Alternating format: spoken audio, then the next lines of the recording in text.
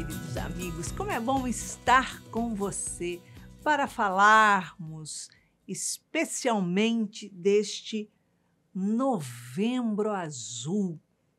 Assunto muito importante, porque nós vamos falar sobre a prevenção do câncer de próstata. Como é importante esse momento na vida do homem, como é importante prevenir, como é importante se cuidar. O toque retal é fundamental para esse exame. Vamos abandonar esses preconceitos todos que carregamos como tabu e deixar a doença tomar conta da gente. Então, vamos nos cuidar. É isso mesmo. Se você quiser participar do nosso programa, envie a sua mensagem aqui para o WhatsApp 21 967 573999. E quem sabe no próximo sábado, às 19 horas, aqui na TV Mundo Maior, estaremos juntinhos, mergulhando para o equilíbrio, alçando com amor e paz no coração. É isso aí. Acesse a nossa playlist lá no YouTube, que tem vários temas muito importantes. Hoje nós estamos aqui com um convidado querido, um convidado especial, pela primeira vez aqui na nossa salinha, que é o Dr. Marco Santos. Ele é diretor do setor de oncologia da Reddor do Rio de Janeiro. E vem bater um papo gostoso aqui com a gente para falar da prevenção sobre o câncer de próstata. Seja bem-vindo ao Reconstruindo Emoções, doutor Marcos. Obrigado, Iraci, pelo convite. Espero que a gente possa esclarecer a todo mundo muito bem aqui hoje. Muito bom. Nós vamos contar hoje a história de Ana Maria de Souza. Ela é de Curitiba, viúva, tem 3 filhos e ela diz o seguinte, que o seu marido teve câncer de próstata e foi a óbito. Já tem alguns anos.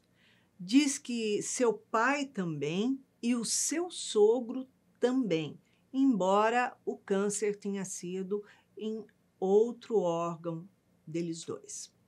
E ela diz que ela fala para os seus filhos. Ela tem 3 filhos, um de 27, um de 32, outro de 37.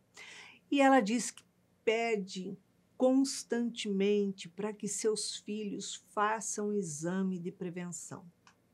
Mas diz que eles ignoram e falam que é muito cedo para isso, incluindo um deles que diz que quando estiver com seus 60 anos, ele vai começar a fazer exame preventivo. E ela diz que ela não quer ver os filhos passarem aquilo que o marido dela passou. Foi muito rápido o câncer de próstata do marido dela e os filhos nem acompanharam. Disse que foram 3 meses somente, porque os filhos moravam fora do país. E, ao retornar, o pai já tinha desencarnado, tinha ido a óbito. Então, ela diz que ela gostaria que nós falássemos sobre a prevenção do câncer de próstata, qual a melhor idade, se isso acontece muito com idosos, se são com jovens, ou se não tem uma faixa etária que seja mais de risco, o que se deve fazer, como se deve fazer, porque ela não quer ver os filhos passarem por essas situações. Doutor Marcos, é complicado, né? Muito complicado. E ela tá correta de ficar preocupada com essa história toda. Tem vários fatores aí que são muito importantes para a gente falar em relação ao que ela contou. Um dos fatores de risco bastante incisivos que a gente se preocupa quando tem história familiar. Então, se você já tem uma história familiar de câncer de próstata ou de qualquer outro tipo de câncer, a gente tem que, quanto mais cedo a gente fizer o diagnóstico, a gente tem que fazer essa prevenção o mais cedo possível, que o risco aumenta bastante, né? Outra coisa que na fala dela que deixa a gente um pouco preocupado e justifica fazer uma prevenção mais precoce, é porque a evolução do câncer foi muito rápida. Né? Pode ser que o diagnóstico tenha sido até feito um pouco tardio, mas 3 meses de evolução para o câncer de próstata tende a dizer que esse câncer é um pouco mais agressivo. Né? Certo. A gente sabe que mais ou menos tem uns 60 mil novos casos por ano, que são dados do INCA, Nossa, de tudo homens. isso? E é verdade. E desses 60 mil, pelo menos uns 15 mil vão evoluir mal com a doença, podendo chegar até o óbito. É por isso que a gente estimula que o diagnóstico seja muito precoce.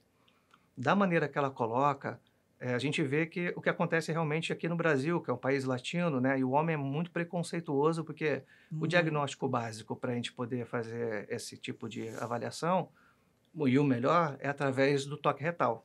Certo. Né, e a dosagem do PSA. Essas duas coisas juntas, quando positivas, elas direcionam para a gente fazer outros exames e ter certeza se esse câncer é existente ou não. E o mais importante, se é um câncer muito agressivo ou se é um câncer pouco agressivo.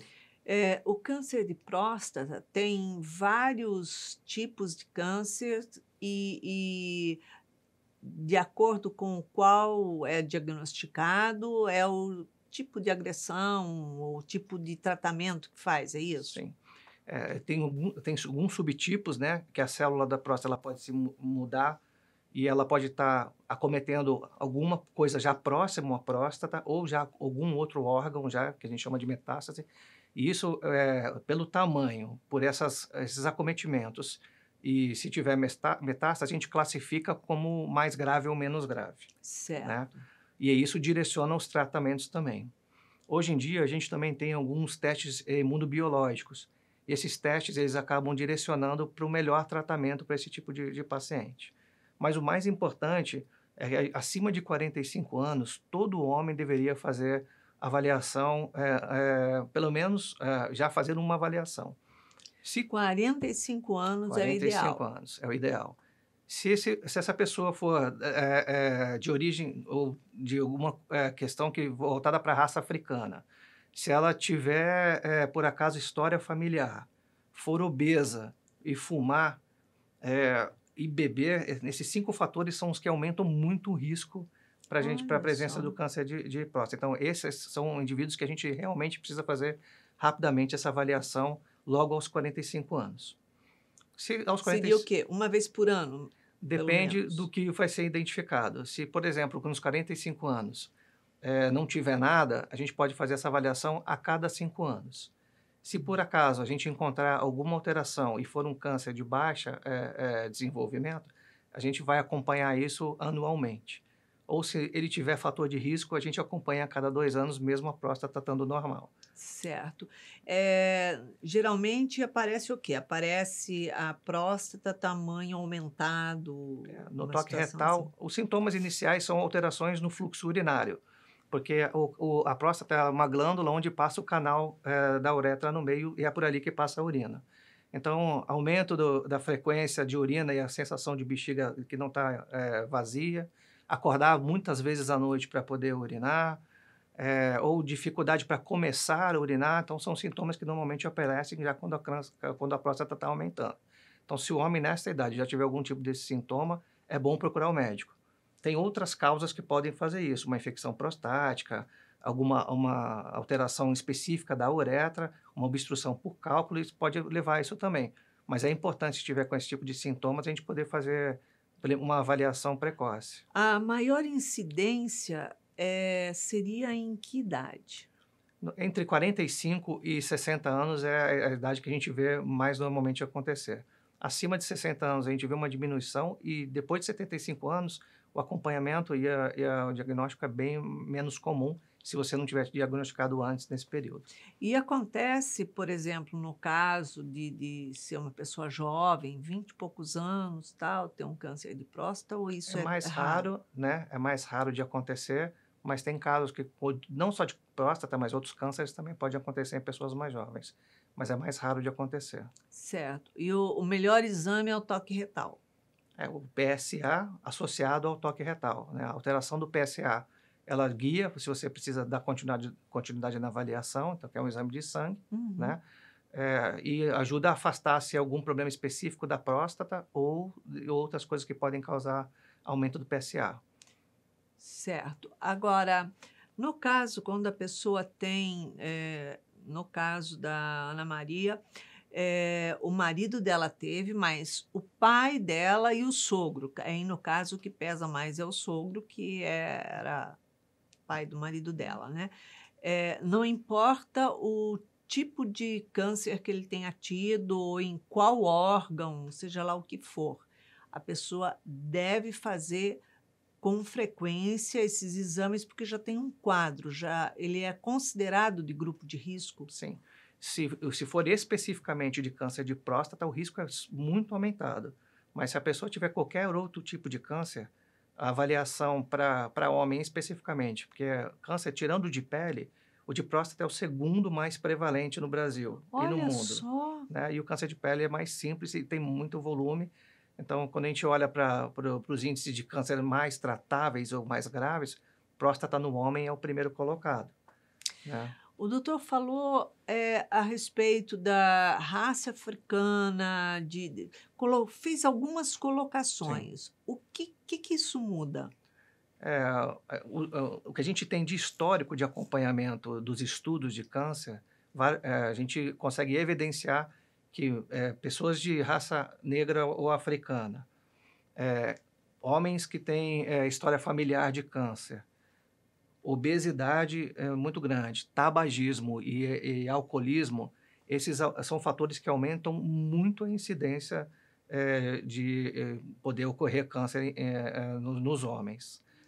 Isso são O vários estudos que foram realizados e a gente vê que essas pessoas têm um risco maior de acometimento. No caso de alcoolismo, o que é considerado alcoolismo para acionar, enfim, propiciar um câncer de próstata? Qualquer ingestão de um copo de bebida alcoólica por dia, a gente já considera a pessoa com um certo nível de alcoolismo. E isso já é predisposto para poder causar alguma alteração prostática. Se fumar, aumenta mais o risco. Quer dizer, se a pessoa toma uma taça de vinho todos os dias, ela já é considerada alcoólatra. Sim, sim, Olha só, não sabia disso, sim. não. É bom, porque a gente vai tomando uma proporção de como prevenir mais, né? Sim, Tem o câncer para o homem tem o câncer de mama também. sim. É mais raro, mas existe. Isso, como é que funciona isso? Ele aparece com nódulo? Explica um pouquinho para A gente. alteração que acontece no câncer de mama masculino, ele é parecida com a do câncer de mama feminino. São nodulações, dor ou alguma secreção saindo da glândula, que não é normal no homem, né? São sinais de alerta. Dor consistente na axila, com nodulação presente na mama, mas são casos bastante raros, a frequência ela é bem pequena. A Certo. importância maior de prevenção é na mulher mesmo.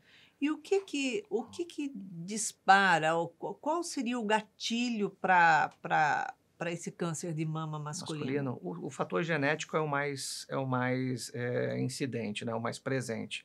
Normalmente, alguma história familiar, nem que seja de longa data, ele pode aparecer. É por isso que a incidência também é pequena. Doutor Marcos, tem alguma coisa a ver, por exemplo, no histórico familiar, se é a mãe ou o pai que teve algum quadro de câncer e isso se tornar mais propício para o filho, no caso, ter algum Para alguns cânceres, para o câncer de próstata, obviamente do pai, não tem pai? como, né? É, E de mama, tem mais incidência se a mãe tiver também, é mais passível de acontecer no homem. Para os outros tipos de câncer, a história familiar dos dois é mais ou menos equilibrada. Então, câncer de cólon, câncer de pulmão, câncer de fígado vai depender dos fatores de risco total que o paciente está exposto ou essa história familiar de acometimento em algum órgão com câncer. no caso, por exemplo, um câncer de rim ou um câncer de garganta, que a gente vê comum por aí, né? Como é que é o desenvolvimento disso? Também é rápido, é mais lento? O câncer de orofaringe é muito dependente de bebida alcoólica, de cigarro, E aí eu estou falando qualquer tipo de cigarro, charuto e até esses cigarros eletrônicos hoje em dia. E, por incrível que pareça, bebidas muito quentes, né? Excesso de bebidas muito quentes. O fator de risco genético também influencia muito. E a evolução é uma evolução que ela é um pouco mais lenta no momento inicial, mas depois ela se acelera um pouco. É um câncer de cabeça e pescoço, é difícil de tratar. E ele pode acontecer na boca, na língua ou do esôfago para baixo, dependendo de onde está acometendo. O diagnóstico vai ser um pouco mais precoce. Boca e língua é mais fácil, porque são visíveis e acabam incomodando, mas normalmente quando é do esôfago para baixo, você começa a ter alterações na fala, na dificuldade de deglutição, mas aí já está numa fase mais avançada. E aí, no caso, o doutor falou sobre bebidas quentes. Nossa, fiquei preocupado, porque eu tomo chá muito quente. Muito quente. Isso é menos comum, né? Mas é um fator que... quem usa excessivamente bebida... Por exemplo, chimarrão, que é uma bebida extremamente quente, então a gente vê que uma população que faz mais uso disso tem uma tendência maior a aparecer algum tipo de câncer, de boca, especificamente. Certo. Mas, normalmente, tem cigarro e álcool associados também, né? Agora, no caso de garganta, de faringe, a quentura do líquido, do alimento, seja lá o que a pessoa utiliza, ela faz o quê? Fragiliza mais? Essa mudança da temperatura abrupta, ela faz uma irritação na pele. Qualquer irritação que a gente possa fazer nesse tecido, ele pode virar a célula está programada para funcionar sempre num ritmo normal. E o câncer, ele é uma célula que ficou rebelde e começou a crescer de forma acelerada, diferente das outras que estão ali. Então, isso pode acontecer por algum tipo de estímulo. Então, lesões ou excesso de exposição a algum material, no caso no calor excessivo frequente, pode estimular isso a acontecer. No esôfago, por exemplo, quando a gente tem aquele refluxo, aquela azia frequentemente, o tecido do esôfago é diferente do tecido do estômago. Então, quando aquele líquido ácido, aquela sensação de queimação que a gente sente, ele vai trocando também a pele entre a mucosa do estômago e a mucosa do esôfago. Então, essa mucosa do esôfago, ela vai acabando tendo que se defender, né? Vai mudando de tipo, e aí isso pode, normalmente, desenvolver algum tipo de câncer naquele local. Aumenta a predisposição de um câncer naquele local. Ou alterações como diminuição do tamanho, diminuição da contratilidade. Então, são fatores que podem levar isso a acontecer também. No caso de bebida ou alimento quente, é como se estivesse queimando o local. Sim, mas tem que ser numa frequência muito grande, né? Eventualmente fazer a ingesta disso não tem problema nenhum, mas são aquelas pessoas que excessivamente estão usando aquilo. Tudo que a gente faz em excesso acaba trazendo alguma coisa diferente para o que o organismo está acostumado. Então, é para aquelas pessoas que têm muita frequência. No Japão, eles têm uma quantidade muito alta de câncer. Câncer gástrico. Devido a alimentos quentes, tudo. O fator genético no Japão, né, para câncer gástrico é muito importante, mas o tipo de alimentação também influencia bastante. No caso de alimentos muito condimentados, salgados, desidratados, tem algumas coisas que acabam influenciando para isso. Mas o fator genético para câncer de estômago gástrico para japonês é o fator mais crítico, né, desse tipo de população. Porque eu tenho uns amigos japoneses e uma coisa que ele sempre comentou é que a incidência de câncer lá na boca, na garganta, porque o alimento deles é muito quente. Sim, os hábitos são diferentes. Tanto que quando você pega essa mesma população e ela muda de país, a incidência, alguns trabalhos mostram que a incidência diminui. Então, tem certamente um fator de estímulo externo para que ajuda isso a acontecer. Tem algum gatilho que, de frequência, acaba ajudando o câncer ou a doença a aparecer. Certo. No caso da pessoa não fazer exame precocemente, né? Como o caso dos filhos da Ana Maria, que acham que devem fazer só após os 60 anos, né? Então, quer dizer, já tá pegando senha, né? Sim, já está entrando na fila para ter algum problema grave, né? Porque, Exato. como eu disse, quanto mais precoce a gente fizer o diagnóstico e quanto mais rápido a gente souber se esse câncer é de baixa agressividade ou de alta agressividade, a gente pode direcionar o tratamento mais rápido. Até o modelo do tratamento ser mais ou menos conservador no tratamento e no acompanhamento para que esse paciente tenha menos chance de vir a óbito. Certo. No caso de ter alguém na família já que teve esse quadro, mesmo que faça exame, dê tudo normal, tudo bem, a pessoa, devido ser de um grupo de risco, ela deveria fazer anualmente o exame. Se ela não tiver nada na primeira avaliação e for de um grupo de risco, normalmente para câncer de próstata masculino, para câncer de próstata, né, o recomendável é a cada 2 anos fazer uma avaliação. Se não tiver nada, PSA normal, toque retal normal e algum exame complementar, que às vezes o ultrassom ou ressonância, se caso seja, não é necessário, mas se for feito, forem normais, a gente pode fazer isso a cada 2 anos por conta do fator de risco, né? Certo. Obesidade, fumo, raça africana, enfim, história familiar, e bebida alcoólica. Se não, essa avaliação pode ser feita a cada 5 anos. Agora, quais são os primeiros sintomas que a pessoa tem? Eu sei que no começo o doutor até citou tal isso, mas eu acho importante enfatizar, né? Como a próstata é uma glândula que produz um líquido que vai para o espermatozoide, as pessoas acham que os primeiros sintomas podem estar relacionados a algum problema de ereção, mas uma coisa não tem nada a ver com a outra, né?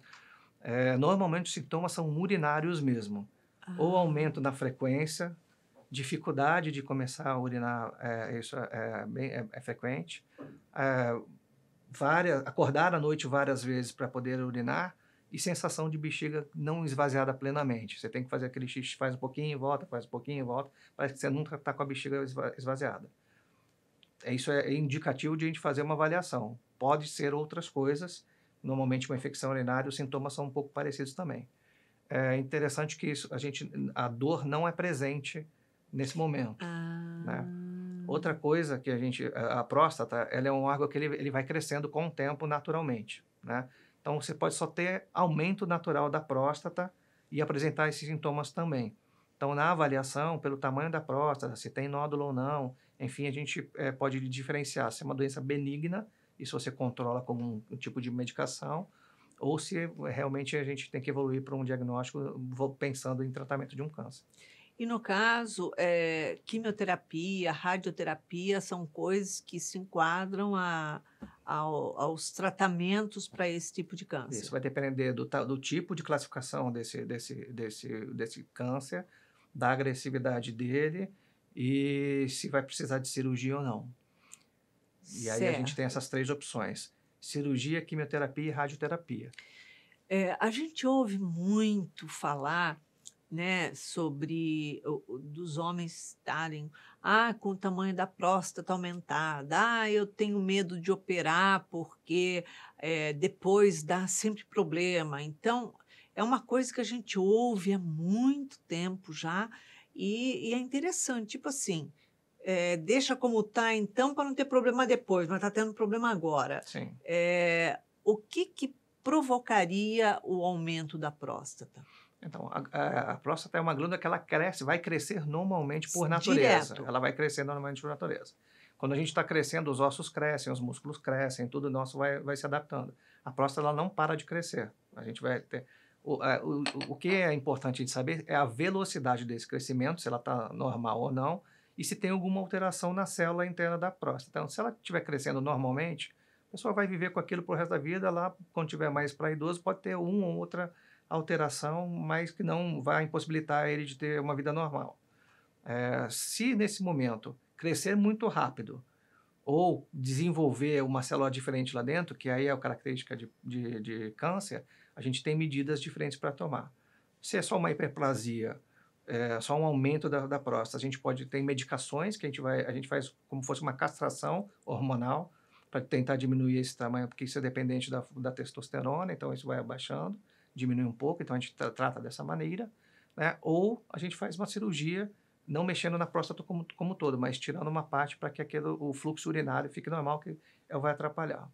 Qual é o grande tabu do homem de se preocupar em relação a se tem que operar ou não, como é que vai ficar? É a questão da perda da capacidade sexual do homem, né? Porque a cirurgia é uma cirurgia bastante invasiva, e lógico que ela evoluiu, eu vou falar um pouquinho disso, mas antigamente a cirurgia era aberta, então os nervos principais próximos da próstata são os nervos que estimulam o processo de ereção do homem. E eles, eventualmente, eram lesados durante a cirurgia, porque o acesso que tinha para fazer aquilo passava por essa inervação, que é uma coisa muito fina, muito delicada, e ela não é muito visível a olho nu. Então, o homem acabava ficando impotente por uma questão mecânica, perdeu os nervos que ajudavam. Hoje em dia, com cirurgia robótica, até com videocirurgia e com alguns equipamentos, a gente consegue trabalhar mais na próstata especificamente, sem ter essa lesão dessa inervação, e aí o homem pós-operatório consegue ter a vida sexual dele normal. Às vezes demora um pouquinho para voltar, mas ela volta normalmente depois, porque esses nervos acabam sendo preservados. E também vai depender se essa é uma doença que está localizada só na próstata ou se tem alguma cadeia de gânglio em volta da próstata acometida. A cirurgia fica um pouco mais agressiva e a chance do homem perder essa capacidade aumenta também. Quais os tipos de doenças, de fatores que podem causar alteração, enfim, na relação sexual do homem numa situação, num quadro de doenças na região? Se a doença estiver avançada, tudo que tiver em volta vai estar comprimido, então o homem pode ter dificuldade realmente de ter ereção ou de fazer a manutenção da ereção e ter a relação. É menos comum ter dor, mas pode ter algum tipo de dor à ejaculação por constrição do canal de ejaculação. Mas é muito menos comum, mas aí nós estamos falando de uma doença mais avançada mesmo. Ele provavelmente tendo outros sintomas além da dificuldade de ter relação sexual. Para que ele venha a ter dificuldade de ter relação sexual, é alguma doença que já esteja mais adiantada. Sim, Caso contrário, isso não interfere em nada, ele pode ter uma vida normal, ele vai descobrir de outras formas que ele está com problema. Sim, especificamente para câncer de próstata, sim, é isso. A cada quanto tempo seria importante a pessoa fazer um exame de sangue? Para avaliação para câncer de próstata, se a pessoa tiver normal sem doença, né, a cada 5 anos a dosagem de PSA dá para fazer esse acompanhamento tranquilamente. Se já tem doença não muito invasiva, acompanha seu crescimento, pode ser até de 6 meses ou anualmente. E se for uma doença tratada, depois você precisa fazer anualmente para poder fazer esse acompanhamento. Quando a pessoa tem um quadro de câncer, ela vai tratar, enfim, seja com cirurgia, seja a forma que for. Bom, vai tratar de acordo com a necessidade. Ela deve fazer um acompanhamento durante 5 anos daquele quadro. E após 5 anos, como é que deve ser a procedência disso? E o que é que pode reverberar no caso de uma metástase, de aparecer, se é no mesmo órgão, se é outro local? Como é que é isso? Tá.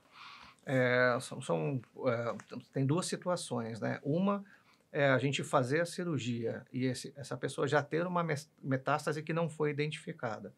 Então, nesse caso, esse paciente no pós-operatório ou no pós-tratamento, ele vai ser acompanhado com uma frequência maior, ou trimestral, ou semestral, ou anual. Então, esse é um caso que a gente tratou e vai fazer o acompanhamento desse paciente mais de perto, principalmente nesses primeiros 5 anos. Em algum desses casos, a pessoa já tinha uma metástase e não sabia. Então, nessa avaliação, você acaba achando uma metástase. Então, aí você tem que mudar seu esquema terapêutico para o órgão de origem e para o órgão-alvo e ter certeza que é o mesmo tipo de câncer que está sendo acometido, porque pode acontecer da pessoa ter 2 cânceres diferentes. Nada a ver um com o outro. Nada a ver um com o outro, pode acontecer. Certo. No caso da pessoa fazer um tratamento Por exemplo, ela faz tratamento 5 anos, aí ela pode, ou tratamento ou cirurgia, ela pode espaçar o acompanhamento. Eh, É comum ela ter no mesmo órgão ou próximo, ou, no caso, em órgão diferente, quando passa esses 5 anos? É menos comum do que a gente encontra quando acontece dentro dos 5 anos e depende do tipo de câncer, se ele é mais agressivo ou não. Se ele for mais agressivo, a gente tem mais chance de recorrência. O local e em alguns órgãos-alvo. Fígado ou pulmão, que são bem comuns para câncer de próstata. Mas dentro desses 5 anos, quanto mais tempo passa, a chance diminui de acometer, também dependendo se é um câncer mais agressivo ou não. No caso da pessoa, por exemplo, ela tem um tipo de câncer que não precisa fazer quimioterapia, ela faz uma cirurgia e não tem que passar por uma quimioterapia depois. Esse câncer, a reincidência dele é maior o risco ou não? Localmente, pode ser maior se o câncer não for retirado totalmente, por isso que é uma importância que a gente chama de uma boa margem quando faz a cirurgia. Então, a gente tira a parte onde tem o câncer e mais um pedaço importante em volta para que a gente garanta que nenhum tecido esteja cometido, fique ali para que isso possa aparecer de novo. A outra coisa é se tiver alguma outra gânglio próximo daquela área já acometido. Por isso que sempre quando tem esse tipo de cirurgia, o que tiver de cadeia de linfonodo próximo, o cirurgião tende a tirar, claro, se tiver alteração visível, para poder mandar aquilo para estudo para ter certeza a frequência desse acompanhamento e o modelo de tratamento que ele vai fazer depois. Se é um tratamento cirúrgico curativo, a gente faz um acompanhamento dentro desses 5 anos também, dependendo da localização. Cólon, fígado, e pulmão e próstata são cânceres que a gente consegue fazer isso bastante bem. Mama depende do tipo do câncer, que tem vários subtipos de câncer. Então, um mais agressivo, os outros menos agressivos, aí o acompanhamento tem que ser diferente. No caso de ter que fazer uma cirurgia para remover um tumor, é sempre, importante e orientado, a pessoa trazer um patologista para acompanhar a cirurgia, para poder ir fazendo ali o reconhecimento de área onde o quanto vai remover, o quanto vai tirar para a segurança, ou isso já é uma prática normal? Os melhores hospitais têm patologista em sala já para garantir isso, né? Então, o que eles fazem? Na hora, eles fazem uma avaliação da peça inicial para ver se tem alguma coisa cometida. Depois a gente vai para um segundo tempo de avaliação de patologia, passa por um outro processo e a gente faz uma revisão dessa lâmina com outras metodologias de diagnóstico, dependente do homem.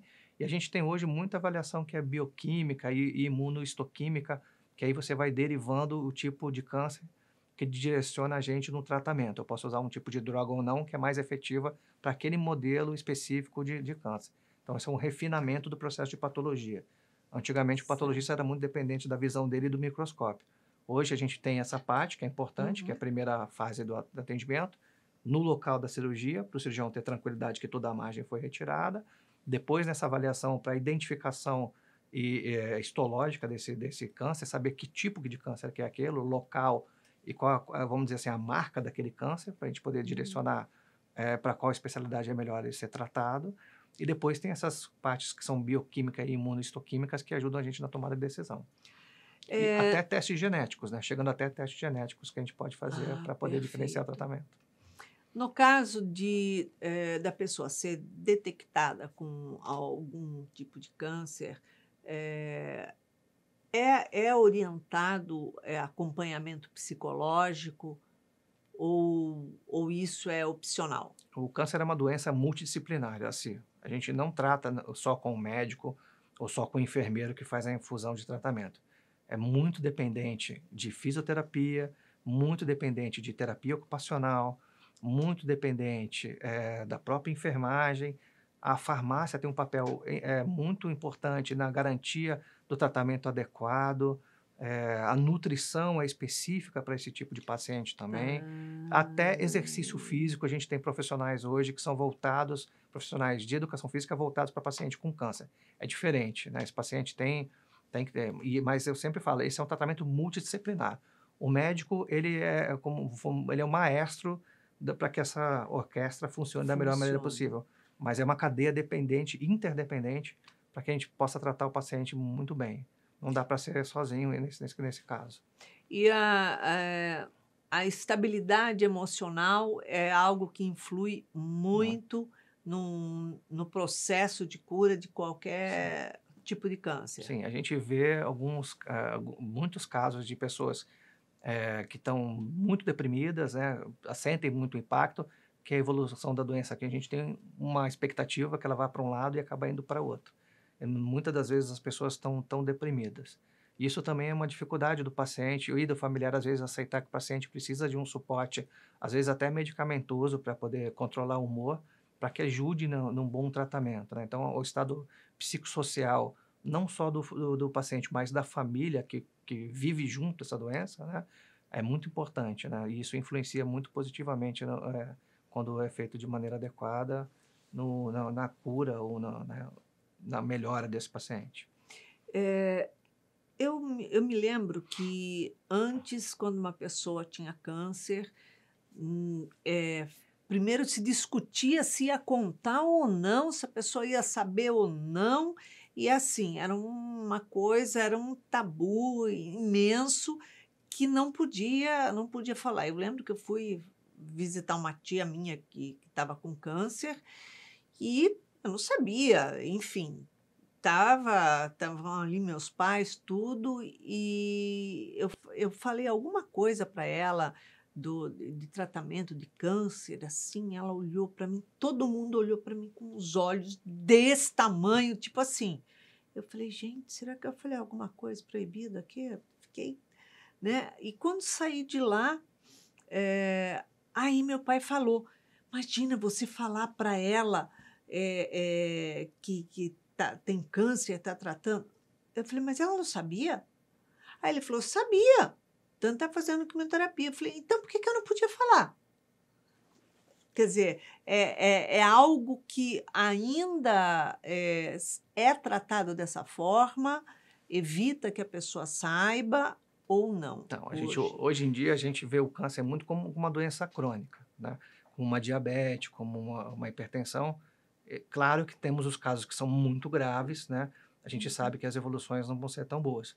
Mas também a maioria, hoje em dia, a gente sabe que a gente pode tratar como doença crônica. Então, a gente evita de fazer esse tipo de coisa com o paciente, não contar para a gente. A gente tem que dividir com o paciente, sim, o que está acontecendo, dar as perspectivas do que podem acontecer e tirar um pouco desse tabu que tinha na cabeça de todo mundo, que você tem um diagnóstico de câncer, é igual você vai morrer daqui a 3 dias, né? Essa é a impressão que todo mundo É essa fica, né? impressão, né? Tipo assim, recebi o Vão diagnóstico, morrer. já deram um Sentença de cartãozinho morte. assim, olha, você vai ter que sair da casa. Exatamente, exatamente. Hoje em dia, Realmente é assustador, né? tirando os casos extremamente graves e de câncer muito agressivo, hoje em dia a gente consegue controlar e dar uma sobrevida muito boa para os pacientes. A incidência de óbito, seja qual for o câncer, diminuiu Vem bastante, diminuindo, né? sim. Porque o estudo parece que aumentou. Várias drogas apareceram, vários modelos de droga, novos tratamentos, tudo isso está em muita evolução. E hoje a gente tem uma perspectiva melhor de tratar melhor esse paciente e, como eu disse, deixar ele mais a longo prazo em acompanhamento. Tá certo. Nossa, passou rapidinho, né? A gente sempre tem um monte de coisa para perguntar. Doutor Marcos, em uma palavra, uma emoção para Ana Maria reconstruir ou uma mensagem para aquele que esteja passando por uma situação dessa? Primeira coisa, seja feliz, acredite em você e busque seu autoconhecimento, porque autoconhecimento ajuda no nosso processo de cura. Então, confie em Deus e siga em frente, que tem muita coisa para ser feita nesse sentido. Quando a gente recebe um diagnóstico de uma doença desse tipo, a gente não pode desistir, a gente tem que pensar positivamente que vai melhorar e isso vai ajudar muito no seu bem-estar e na boa evolução desse tratamento. Obrigada. Muito obrigada Eu pela agradeço, sua Iraci. Eu que presença, por agradeço. estar aqui com a Obrigado. gente hoje. Gratidão. Eu que agradeço. Ana Maria, depois de tudo que nós ouvimos do Dr. Marcos, especialista sobre oncologia, que vem com certeza aquietar um pouquinho o seu coração e trazer mais lucidez para os seus filhos, vamos ver o que a doutora Anísia da Silveira tem a dizer a você. Ela diz assim: o indivíduo vivencia a ansiedade durante um período extenso, sem tréguas, ficando psicologicamente abalado e, devido à pressão, compromete seu sistema imunológico, cognitivo, diminuindo o rendimento diário.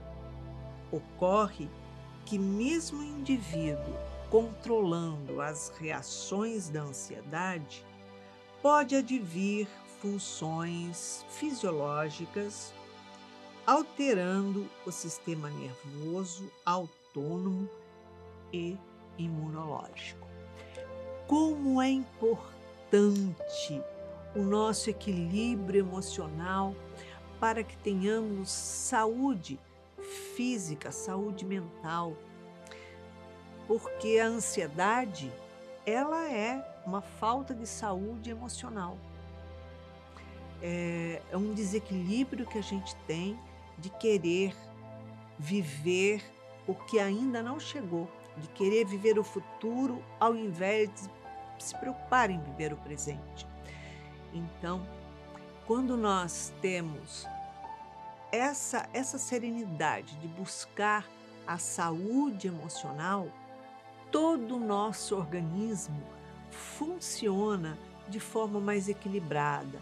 Todos os nossos centros de força, todas as nossas emoções, elas ficam num equilíbrio maior e assim fazendo com que a gente não esteja acionando através da ansiedade inúmeras disfunções fisiológicas, né? Não esteja sendo uma válvula que vem e pegou. E isso é muito importante. Então, os bons pensamentos, a leitura edificante, a boa música, conversas agradáveis, conversas salutares, conversas inteligentes, boas, fazem com que nós tenhamos uma vida emocional equilibrada e, obviamente, a nossa saúde física, emocional e mental completamente na linha, tudo ajustadinho. E isso faz com que a gente possa viver saudavelmente. Então, se você quiser participar do nosso programa, nos envie a sua mensagem pelo WhatsApp. Anote 21 967 57 3999. E quem sabe no próximo sábado, às 19 horas, aqui na TV Mundo Maior, estaremos juntinhos, reconstruindo as suas emoções. Nos envie a sua mensagem contando qual a sua dificuldade, qual o seu conflito, qual a sua dor, qual o desafio da sua vida, para que possamos auxiliar você, esclarecendo e trazendo mais lucidez para que, com equilíbrio, você possa administrar melhor os seus desafios. Então, para que você tenha uma semana de muita paz, de muita alegria e, lógico, muito amor, deixamos aqui um beijinho super carinhoso para você. Muita paz.